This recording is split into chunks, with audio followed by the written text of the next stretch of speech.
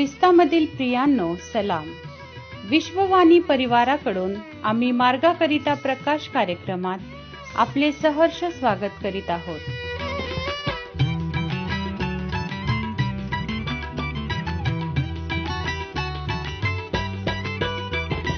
लाटांच्या लाटा आले तुफान सागरी, लाटांच्या लाटा आले तुफान सागरी. गुरुजी उठा, मचवा बुडेल सागरी. गुरुजी उठा, मचवा बुडेल सागरी. लाटांच्या लाटा आले तुफान सागरी, लाटांच्या लाटा आले तुफान सागरी.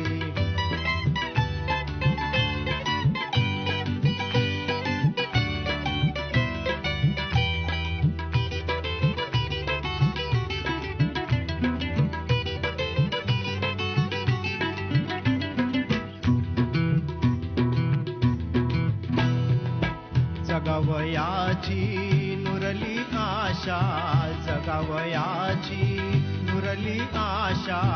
सहाय्याची नच कुठे अपेक्षा, सहाय्याची नच कुठे अपेक्षा. करू नको तू अशी उपेक्षा, करू नको तू अशी उपेक्षा. भाव अमुचा तुझवरी. गुरुजी उठा, मचवा बुडेल सागरी. गुरुजी उठा, मचवा बुडेल सागरी.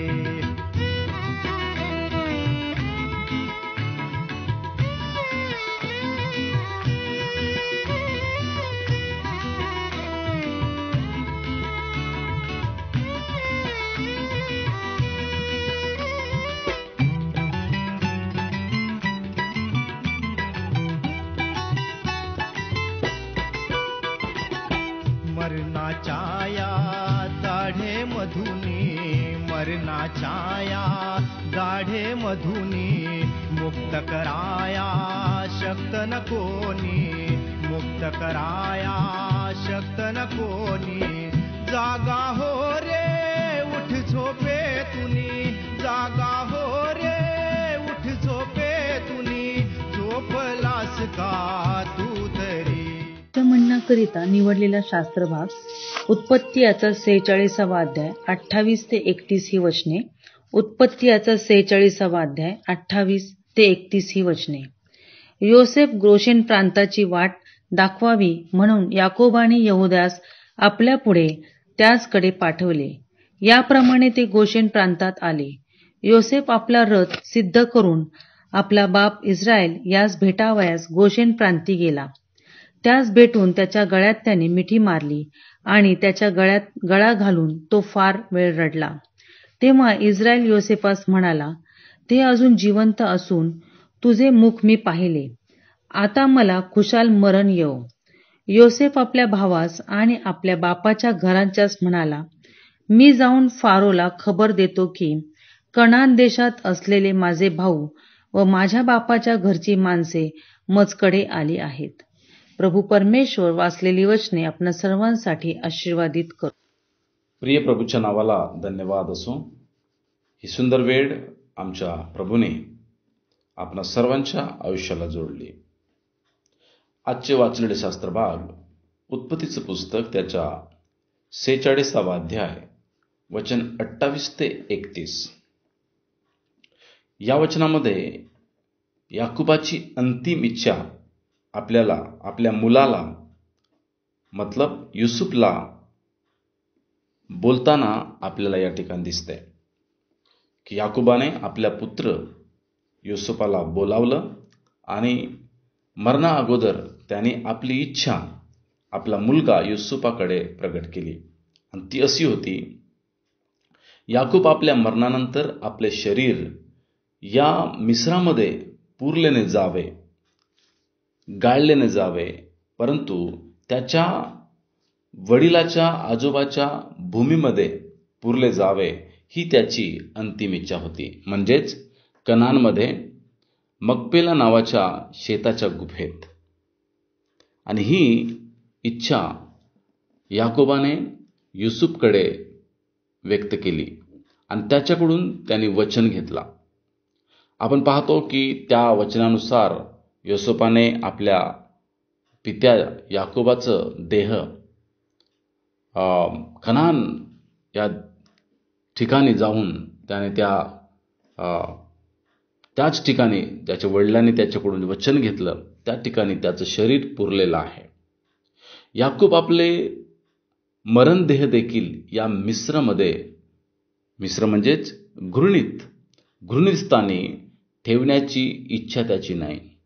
याकूब आपलं मरणदेह मरलेलं शरीर सुद्धा मिस्रामध्ये पुरलं जाऊ नये अशी याकोबाची इच्छा होती. आणि त्याची इच्छा होती की माझ्या लोकांच्या ठाई, माझ्या लोकांच्या जवळ मला पुरलं जावं. माझ्या प्रियांनो, आज आपल्याला या वचनाद्वारे हे शिकण्यास मिळते, काय आपण आपले जिवंत शरीर कुठल्या घृणित गोष्टीत, स्थानी किंवा विचारात तर ठेवत आहोत की नाही? काय आपण आपलं जिवंत शरीर अशा घृणित विचारात किंवा स्थानावर आपण ठेवत आहोत का? जर असेल तर माझे प्रणव, आम्हाला आज याकोबाच्या जीवनातून या गोष्टी शिकायला मिळतात की याकोब आपलं मेलेलं शरीर देखील त्या घृणित स्थानी ठेवण्याची त्याची इच्छा नाही. म्हणून तो आपल्या मुलाला आग्रह करतो आहे, काय आपण आमचं जिवंत शरीर असल्या कुठल्या गोष्टीत अडकवलेलं तर नाही की त्यामध्ये देवाला गौरव मिळत नाही, किंवा आपण देवाच्या गौरवापेक्षाही त्या गोष्टींना अधिक प्रिय जाणत आहोत? जर असं असेल तर माझे प्रणव, आज आपण देवाकडे प्रार्थना करूया की प्रभू, माझं जीवन सदा तुझ्या उपस्थितीत असावं आणि तुला आनंद देणारा प्रभू मी जीवन जगावं, यासाठी तू आपली कृपा माझ्यावर कर. आणि निश्चितच माझे प्रणव, जर आम्ही देवाकडे ही प्रार्थना करू तर निश्चितच आमचं जिवंत शरीर हा देवाला गौरव देणारं होईल. प्रार्थना करूया. प्रभूजी, तुला धन्यवाद करतो की निश्चितच देवा, तू आमचं शरीर हा तुझ्या गौरवासाठी ठेवलेला आहेस. करता प्रभू, आमच्या जिवंत देहाच्या द्वारे तुझं गौरव व्हावं प्रभू, ही आमची प्रार्थना आहे. सर्व महिमा तुला देतो. प्रभू येशूच्या नावात प्रार्थना केली म्हणून तो एक. आमेन.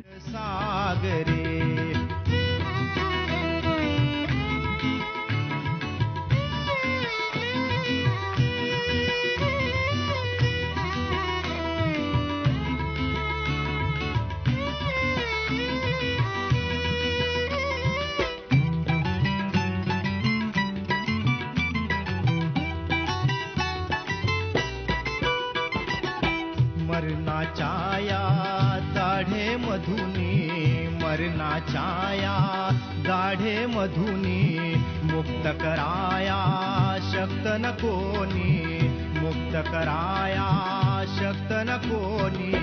जागा हो रे उठ झोपे तुनी, जागा हो रे उठ झोपे तुनी. झोपलास का तू तरी, गुरुजी उठा मचवा बुडेल सागरी. गुरुजी उठा मचवा बुडेल सागरी. गुरुजी उठा मचवा बुडेल सागरी. माझ्या दुःखात माझे सांत्वन हे आहे की तुझे वचन मला नवजीवन देते. की आता आपण आपल्या प्रार्थना विनंत्या कोणत्याही वेळेस विश्ववाणी प्रार्थना केंद्राला टोल फ्री नंबरद्वारे कळवू शकता. आमचा टोल फ्री नंबर 1-800-2700-333.